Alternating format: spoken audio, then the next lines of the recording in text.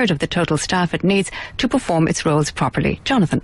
Bernie, thank you. 53106 is the number for your text messages. At Jonathan Healy, if you want to get in contact by Twitter this lunchtime. Let's talk about the property market, how we have agonised over that story for the last decade, if not longer. The slowdown in the property market has been confirmed. CSO figures for June show residential prices rose nationally by just 0.1% and fell in Dublin by 0.4%. But in the year to June, prices were still up 10.7% nationally and Dublin up 11.1% nationally. John McCarthy is Director of Research at Savills. John, we've seen a slowdown in prices. In Dublin's case, we've seen a fall. Is this the impact of those central bank lending restrictions that were introduced earlier this year?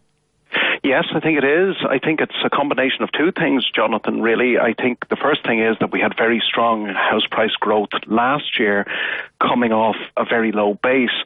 And the compounding effect of that means that it becomes more difficult as time goes by to sustain the same percentage rate of growth. So that's a simple, I suppose, arithmetic factor that it just stands to common sense that, you know, as you've a long period of growth, it becomes harder to sustain it. But of course, the central bank rules are also important. They've just limited the amount of money that people can borrow, and when you've got not enough money to throw at it, then the rate of growth is going to slow. How much of a zombie market remains out there? Because we had very few transactions, which meant that any increase in prices was the equivalent of an echo chamber, just kept getting louder and louder. Are we still at a very low level of transaction here, which is part of the problem?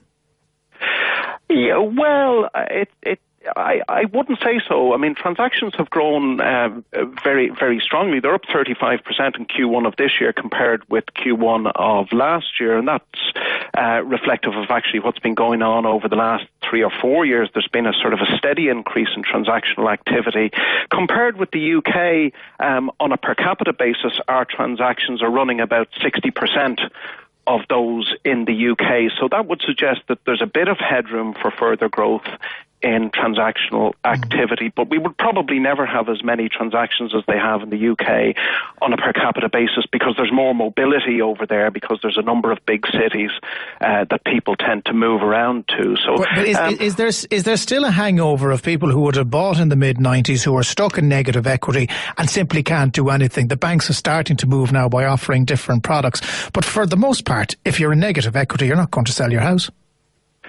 I think that is a factor, and I think there's certainly a case to be made that there are people that are sort of trapped in smaller apartments when in fact they would rather be out in traditional housing or bigger apartments, just given the demographic. I mean, the number of 20-somethings in Dublin has fallen by about 27% in the last 5 years. So a lot of people who bought apartments as 20-somethings back in the boom times presumably have gone on and accumulated family and accoutrements and furniture and all sorts of things that they would like to move into a bigger unit and they can't.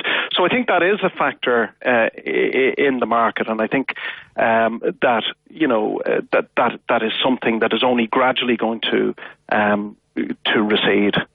Are you saying the people who are stuck in apartments, they don't have many options at the moment, they're just going to have to sit it out, are they? I think that is the reality. I mean, the availability of properties is just not that great at the moment, and affordability is also an issue as well. And I think where we're seeing the movement is actually in the fringe counties of Wicklow, Meath and Kildare.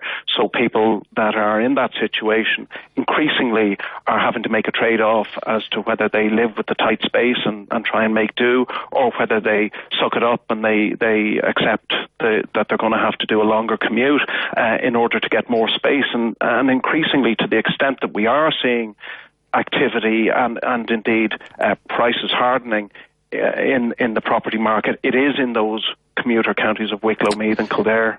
John McCarthy, Director of Research at Savills, thanks for joining us. Of course, we didn't even touch there on the other big issue, which is the lack of rental space for people who want to rent homes, particularly in the cities and Dublin in particular. That is a crisis that is not going to be alleviated by what we've just been talking about. Vincent Wall, Newstalk's business editor, is in our Dublin studio. Hi, Vincent. Hi. How are you? I'm